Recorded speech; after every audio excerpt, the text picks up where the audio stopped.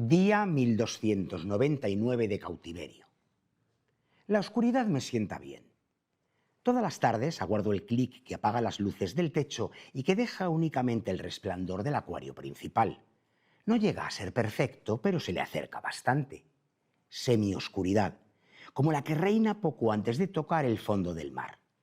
Allí vivía yo antes de que me capturaran y me encarcelaran.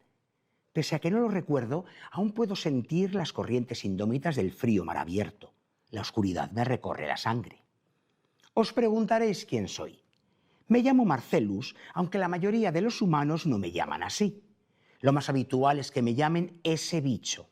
Por ejemplo, mira ese bicho, está allí, se le ven los tentáculos por detrás de la roca. Soy un pulpo gigante del Pacífico. Lo sé por la placa que cuelga en la pared próxima a mi lugar de encierro. Sé lo que estáis pensando. Sí, sé leer. Sé hacer muchas cosas que no os imagináis. La placa deja constancia de otros hechos, de mi tamaño y mi dieta favorita y de dónde viviría de no estar preso aquí. Menciona mi talento intelectual y mi aguda inteligencia que por alguna razón resulta una sorpresa para los humanos. Los pulpos son unas criaturas increíblemente brillantes, reza el texto. Advierte a los humanos de mi habilidad para el camuflaje. Les dice que me busquen con atención por si me he disfrazado para confundirme con la arena. La placa no revela que me llamo Marcellus, pero el humano llamado Terry, el que dirige este acuario, a veces se lo cuenta a los visitantes que se congregan cerca del tanque. ¿Lo veis allí atrás? Él es Marcellus, es un tipo especial. Un tipo especial. ¿Y tanto? Fue la hija menor de Terry la que me bautizó. Marcellus McCalamar es mi nombre completo. Y sí, es bastante absurdo. Induce a muchos humanos a pensar que soy un calamar, lo cual supone un insulto de la peor especie. Os preguntaréis cómo debéis llamarme. Bueno, eso lo dejo a vuestro arbitrio. Quizá terminéis llamándome ese bicho, como el resto. Espero que no, pero tampoco os lo tendría en cuenta. Al fin y al cabo no sois más que humanos. Debo advertiros que el tiempo que vamos a pasar juntos puede ser breve. La placa da un último dato. La vida media de un pulpo gigante del Pacífico, 4 años. Mi esperanza de vida, 4 años. Es decir, 1460 días. Me trajeron aquí cuando era muy joven. Moriré aquí, en esta pecera. Como mucho me quedan 160 días de encarcelamiento. Pero esos 160 días dan para mucho. Dan, Pablo Vilaboy, para una novela sorprendente, divertidísima y muy humana, a pesar de que la cuente en parte un pulpo. Sí, la primera novela de Shelby Van Pelt, que se ha convertido en todo un fenómeno editorial y que ahora la han adaptado al cine y lo protagoniza Sally Field. Criaturas luminosas, esta novela que muchos califican de feel good. Sí, ¿no? Así, amable. No sé si de manera despectiva, pero bueno, el caso es que es un tipo de literatura que también a veces se necesita para el mero disfrute, para internarnos en una historia humana, sencilla, cercana y que nos devuelve también la esperanza no solamente en el género humano, sino también en el animal, ¿no? en la coexistencia de distintas especies. Un libro que, mire, claro, comienza hablando del pulpo gigante del Pacífico, que él habitaba en su hábitat, vaga redundancia natural, a mucha profundidad. Pues es una novela más profunda de lo que parece. Como dices, lo que ocurre es que lo cuenta de un modo muy accesible, muy simpático incluso, muy rápido, muy efectivo, pero lo que va viendo, lo que van pasando esos personajes o lo que han pasado. Sí, porque es una novela que habla de la pérdida, del duelo, de cómo superar el dolor y de cómo reconectar o una reconexión entre las personas, ¿no? Con la ayuda de este Marcelo, de este pulpo gigante del Pacífico. Dirán, ¿por qué he hecho esto? Porque saben ustedes que hay gente que tiene aversión a que las portadas de los libros lleven una fotografía de la adaptación cinematográfica de la adaptación televisiva. Pues tal vez, si no fuera, como dice Polo Viraboy, por el éxito de esta película en Netflix, la novela no hubiera llegado a tantos lectores. Porque sí, fue un bestseller, pero realmente su carrera comercial a lo grande ha sido a raíz de la película. Sí, pues trayendo a colación, ¿no?, el fondo del océano, el fondo del acuario, diremos que ahora que tenemos el verano aquí a las puertas, puede ser una lectura muy refrescante. Una lectura muy refrescante que, como ven ustedes, tiene una cuenta atrás. O sea que les prometo que acabo de darme cuenta, casi en este momento, cuando iba a decir, de que esta novela entronca con la novela de la que vamos a hablar a continuación, aunque solo sea por el título. Porque ven, él está haciendo la cuenta atrás los días que le quedan de vida y aquí nos hablan del fin del juego.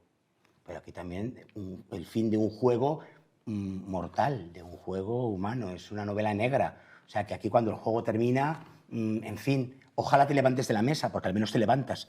Los hay que no llegan a levantarse. Jorge Sánchez López, bienvenido al Arpa de Becker. Hola, bienvenido. Buenas tardes. Aquí estamos, fin del juego. Sí. Nada menos. Porque comienza la novela en todo lo alto y así continúa. Llevas de sobresalto en sobresalto al lector. Sí, es fin del juego como fin de partida de Beckett, precisamente. Efectivamente, es un poco lo mismo. Sí. Ocurre que, como decimos, aquí este juego ha sido más peligroso de lo habitual porque se salda no solo con quién pierde el dinero, con quién pierde la baza la partida, sino con quién pierde la vida. Sí, es una pérdida que ya estaba anunciada hace tiempo y te está hablando precisamente de cómo desgastamos la vida, de las adicciones, la felicidad. Y el policía que narra la historia es un policía muy humano, muy cercano. Está inspirado un poco en Simenón, en Maigret, que más que reflejarte ese procedimiento policial impoluto de esa parte formal, lo que te refleja son esas conversaciones que se tienen, que igual no son válidas para el juicio, pero que son las que van abriendo vías de investigación. Iba a decirte, es lo que tiene para bien tu novela, que es la novela negra más clásica y en su esencia, que Sí. no importa tanto en sí la investigación como lo que sucede a los investigados y a quien investiga. Exacto. Es una excusa muchas veces para hablar de otros temas, ¿no? Y más que llegar por lo sociológico, yo llego a través de lo humano, de las relaciones personales. El inspector que lleva el caso había sido amigo de la víctima. Exacto. Llevaban 2 años sin verse, también juego un poco ahí con la idea de quién es amigo, quién no, qué pasa cuando uno no se ve con la gente cercana. Y eso pues hace que lleve una trama de suspense por todo Madrid, pero tiene momentos también de reflexión existencial. Entonces eso le da un toque clásico, lo cual hoy en día se ha arriesgado, porque no es la tendencia. Iba a decir, aunque yo creo al otro extremo. Sí, pero creo que podrían convivir diferentes tonos, no hay por qué hacer toda la novela negra igual, ¿no? Claro, creo que las tendencias de ahora no son tan novedosas como ellos creen, ¿no? Creo que, por ejemplo, los giros o los momentos de máxima tensión es algo que ya usaba Dickens en las novelas serializadas para que la gente se comprara una revista. Y bueno, al final yo creo que... cliffhanger lo inventaron los del 19, Sí, incluso los de sí, antes, sí. claro. O antes, sí. Y bueno, y los giros, Edipo Rey, ¿no? Que Exactamente. Eso es un pedazo de giro. El propio Shakespeare. Cuando te das cuenta de que va a matar a su padre y todo eso, ¿no? Pero no digamos Segismundo descubriendo quién es el sí. calderón de la barca, porque es verdad, o sea, sin nada Claro. está inventado realmente. Realmente no. Con la naturalidad con la que lo hagas, como dices tú lo haces muy humano, muy de andar por casa en el buen sentido, claro. Sí.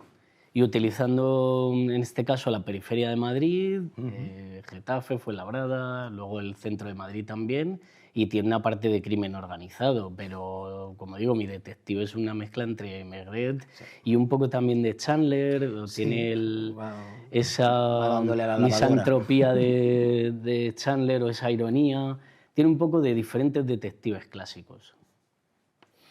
Pero hablas de internarte en el género policíaco, ¿cómo juegas y cómo evitas los arquetipos del género? ¿Cómo juegas con ellos a la hora de escribir? Bueno, yo creo que los arquetipos hay que usarlos a tu favor. Por ejemplo, este policía aunque tenga ese toque melancólico y un poco cansado, muy a lo Harry Bosch, muy a lo Philip Marlowe, pues no bebe estando de servicio, porque además sería un error, tiene familia, eso lo acerca pues a detectives como los del Distrito 87, es cercano, tiene cierta intuición y es un poco la antítesis de Sherlock Holmes, de alguna manera. Es decir, es una inteligencia, pero más una inteligencia emocional y social la que tiene el policía. Y luego, pues, los personajes, yo me baso en gente a la que he ido viendo. Y las deformo y creo mezclas y creo pastiches. Creo que es algo muy interesante jugar con la ficción y la realidad. ¿Y cómo sería el pequeño resumen de la trama para que los lectores... Sí, pues en fin del juego, Almanzor, que es el inspector que lleva el caso, acude a un bar donde le está llamando un amigo suyo que se llama Juan, que llevaban 2 años sin verse, y entonces él ve que andaba metido en deudas de juego, con un hijo que no le hablaba, malas compañías, una nueva pareja que es Ana, que es enfermera, y a partir de ahí pues se va a convertir en una investigación, como he dicho, muy a pie de calle, con momentos de tensión, también unas 100 páginas finales muy trepidantes, pero con esa reflexión, pequeños flashbacks sobre la amistad, la muerte, el paso del tiempo, lo cual no le resta acción, porque yo creo que como todo está dentro de una misma trama, es una primera persona, pero no es tanto con el monólogo interior, sino recordando todo lo que ha pasado. Bueno, eso en esta novela. No significa que yo vaya a hacer siempre lo mismo, ¿no? En el túnel de Oliva, por ejemplo, que tenemos aquí...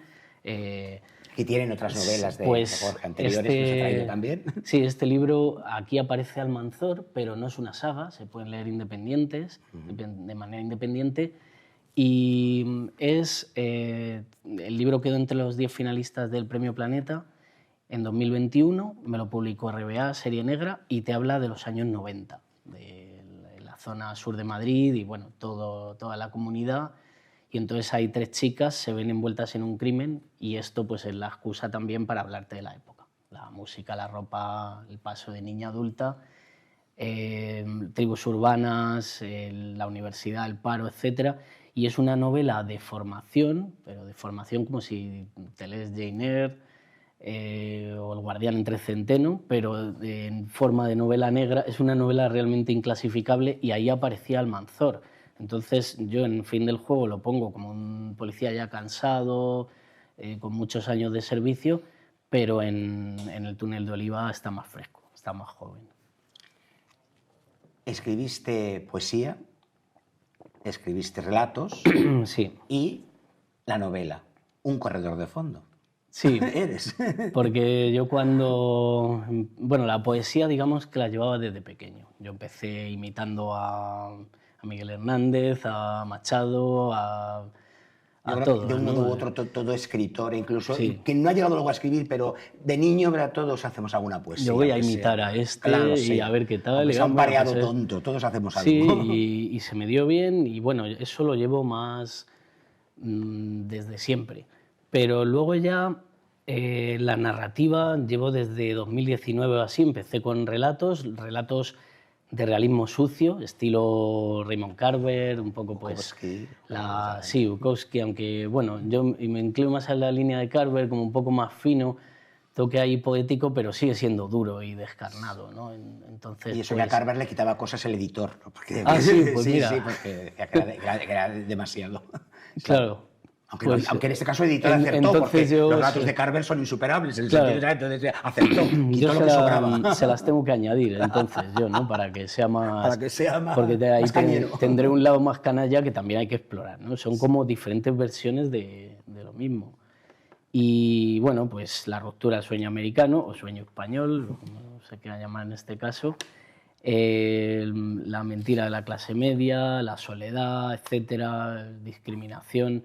Todo eso al final, ¿dónde me acabo llevando? A la novela negra, porque trata esos temas, pero en novela y de una manera pues con más ritmo, que yo creo que es una versión del realismo sucio también, porque la novela negra tiene mucho de realismo sucio y muy de mostrar ciertos rincones del ser humano que no se muestran. Siempre se considera el precursor, fuente de donde manó gran parte de la novela negra clásica, Manhattan Transfer de John Dos Passos. Sí. Que realmente es realismo, un tanto una sucio, cámara. y que además eso es como una cámara, es un gran reportaje de lo que está pasando. Exactamente.